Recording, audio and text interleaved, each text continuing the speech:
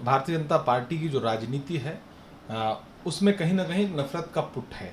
उसी के बहाने वो समाज को बांट करके वोट लेने का प्रयास करती है और कुछ हद तक सफल होती है। लेकिन पिछले दिनों राहुल गांधी जी ने जो भारत जोड़ो यात्रा के जरिए देश को संदेशा दिया है और उसने तस्वीर बदल के रख दी है। और अभी कर्नाटक का चुनाव इस बात का परिणाम रहा कि किस तरह भारत जोड़ो यात्रा का असर जमीन पर दिखा। 21 दिन भारत जोड़ो यात्रा कर्नाटक में थी। अलग अलग विभाग अपनी अपनी तैयारी कर रहे हैं। मैं चूंकि अल्पसंख्यक विभाग का राष्ट्रीय अध्यक्ष हूं, तो हम लोग 2024 से पूर्व में जो राज्यों के चुनाव हैं उनको भी लेकर के तैयारी कर रहे हैं। मध्य प्रदेश हो, तेलंगाना हो या फिर छत्तीसगढ़ हो, राजस्थान हो। और 2024 की तैयारी तो कर्नाटक इलेक्शन के बाद सबने शुरू कर दी है और बहुत अच्छा परिणाम आ रहा है।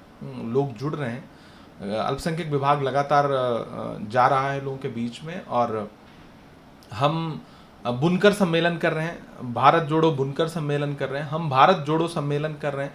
और इसके साथ साथ जैन समाज को जोड़ने के लिए, ईसाई समाज को जोड़ने के लिए, सिख समाज को जोड़ने के लिए, बौद्ध समाज को जोड़ने के लिए हम उनके जो प्रमुख लोग हैं उनसे संवाद कर रहे हैं, उनका कन्वेंशन कर रहे हैं।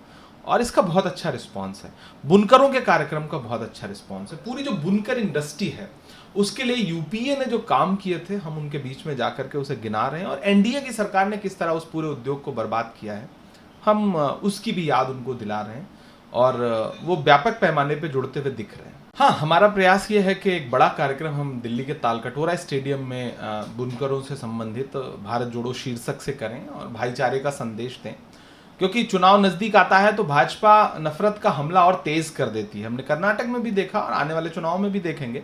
तो हमारा प्रयास ये है कि एक कार्यक्रम हम करेंगे जिसमें आदरणीय खड़गे जी और आदरणीय राहुल गांधी जी भी उस कार्यक्रम का हिस्सा रहेंगे। और बाकी भारत जोड़ो शीर्षक से जो हम कार्यक्रम कर रहे हैं वो तो देश के सामने है ही और उसमें लीडरशिप खुश भी है क्योंकि हम अच्छा काम कर रहे हैं, अच्छे लोग आ रहे हैं, जनता आ रही है। और जनता राहुल गांधी जी का जो पैगाम था, जिन राज्यों में भारत जोड़ो यात्रा नहीं पहुंच पाई थी, हम उन राज्यों को मुख्यतः उन राज्यों को टारगेट कर रहे हैं, वहां पर जा रहे हैं। अभी हमने बिहार किया, झारखंड किया, महाराष्ट्र में मालेगांव गए हम लोग। तो बुनकरों से हमने रांची में मुलाकात की, उनसे संवाद किया। मालेगांव में कम से कम 30-40 हज़ार की भीड़ थी, हमने उससे संवाद किया।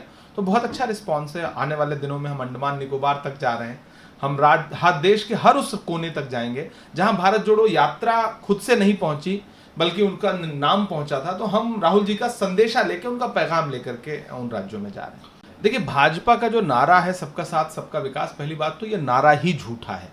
उसी तरह से पसमानदा को जोड़ने की जो राजनीति भारतीय जनता पार्टी करना चाहती है, मैं तो ये कह रहा हूं कि भाजपा के शासनकाल में सबसे ज्यादा प्रताड़ित कोई है मुसलमानों में तो वो पसमानदा समाज है। बुनकर उद्योग जो कृषि के बाद सबसे ज्यादा रोजगार देता है इस देश को, वो उद्योग पूरी तरह तबाह कर दिया आपने। 30% कैपिटल सब्सिडी देती थी पावरलूम इंडस्ट्री को यूपीए की सरकार, आपने घटा के 10% कर दिया।